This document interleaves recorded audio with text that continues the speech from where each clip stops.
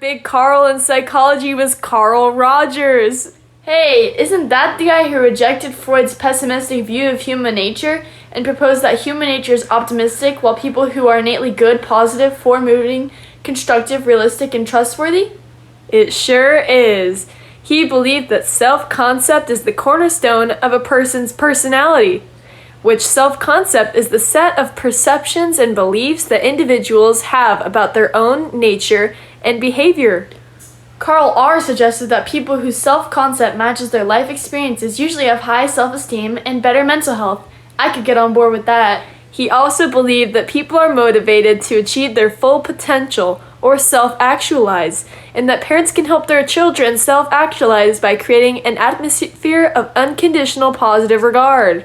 I think our parents still right with that. They accept and loved us without any conditions. You know who else shared a similar theory with Carl Rogers? No. Abraham Maslow. Right. He believed that humans have drive to find self-fulfillment and realize their potential. Self-actualization is the last step in Maslow's hierarchy of needs. When worlds collide. You know what I think about you and your journey to self-actualization? Say one more backhanded comment to me and I'll beat you down like one of Bandura's Bobo dolls. Funny you mentioned Bandura. Perfect segue into our next psychological theorist, Albert Bandura. Besides his Bobo doll experiment, he is also known for his pioneering work on the concept of self-efficacy. According to efficacy refers to the feeling of self-confidence or self-doubt that people bring to a specific situation. Self-efficacy varies from situation to situation. For example, a student could have high self-efficacy on their personality psychology quiz because we taught them so well, but maybe a low degree on their stats test. Yikes. My stats teacher's out to get me with those grades. I think that's an external locus of control speaking, which is the study of Julian Rotter. What are you talking about with this locus of control? Julian Rotter argues that a sense of personal power or locus of control is key in shaping both personality and the manner of approaching a problem. Individuals who accept personal responsibility for their life experiences have an internal locus of control. In contrast, individuals who believe that most situations are governed by chance and lucky breaks have an external locus of control. So maybe I shouldn't blame my teacher for my bad stats grade? No, instead we should look inside ourselves and decide how much effort we put into something before we blame our world for our own failures. A little deep for a psych project, don't you think? Yeah. Anyways, let's discuss early trait theories. As in the early trait theories that states a trait is a relatively stable personal characteristic that can be used to describe how an individual constantly behaves? Precisely. Who was that guy that made the dictionary of 4,504 adjectives that could be used to describe specific personality traits? Gordon Allport? The name just slipped my mind. He arranged these traits into 3 levels: cardinal traits that dominate and shape a person's outlook, central traits that influence most of our behavior, and secondary traits that are only seen in certain situations. 4,504 adjectives seems pretty redundant, which is why Raymond Kettle used factor analysis to reduce the list to 171 terms and then to 16 terms, which led to the personality measure known as the 16 Personality Factor Questionnaire, or 16. Wow, I wish I was that good at getting rid of all the useless things in my closet. I think 16 articles of clothes would be too little. What would you think about only having 5 pieces of clothing? The important ones, the big 5. Kinda like the 5-factor model of personality led by Paul Costa and Robert McCrae, which led to the creation of the Big 5 model. Wow, what an unexpected connection that was. Keep talking about it, why don't ya? Well, if you insist, openness was the first trait. People with high scores tend to be intellectually curious, open to experience, interested in cultural pursuits, and sensitive to beauty.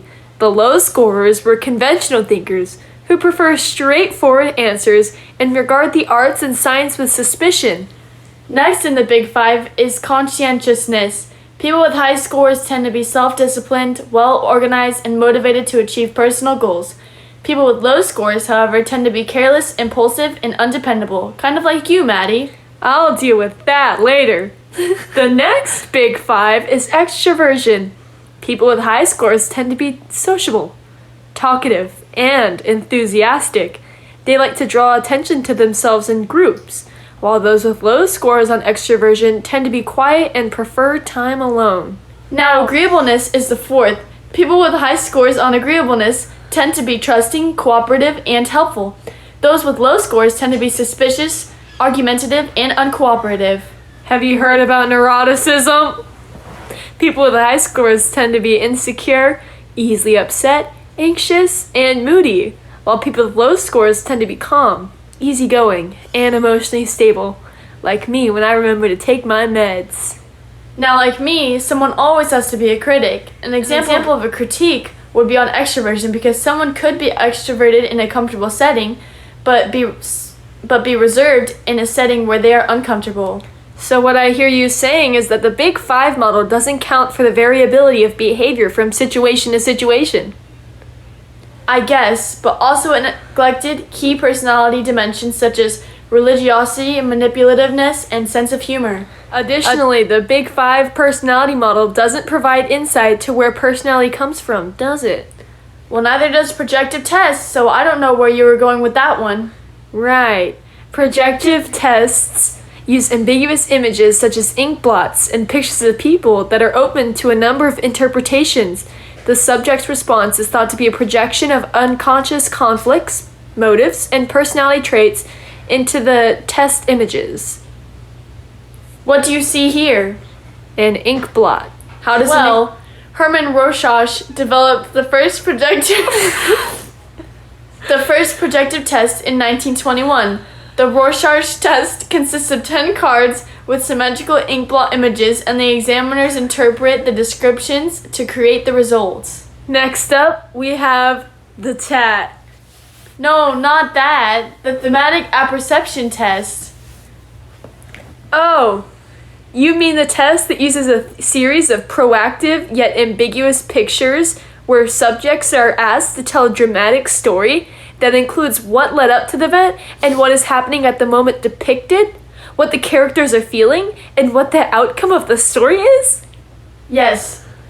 Like the inkblot test, the TAT is intended to reveal the subject's unconscious motivation and personality characteristics. I guess. You could think of TAT like a tattoo, because everyone has a crazy story to tell with the ink on their bodies. Sure, let's go with that dumb analogy. Last, we have self-report inventories. What's that? Self-report tests contain inventories of multiple choice and true-false questions designed to differentiate people on a particular personality characteristic. Like the Minnesota Multifaceted Personality Inventory. It contains over 500 statements with answers true, false, or cannot say. Clinical psychologists and psychiatrists use this MMPI to diagnose psychological disorders. Some argue that self-report inventories are standardized, objective, and relatively inexpensive to administer and score. Critics say that respondents can give false answers to hide their true feelings and that people are not good judges of their own behavior. Well, folks, that was the basics. I hope you enjoyed. Happy AP testing, and may the odds be ever in your favor.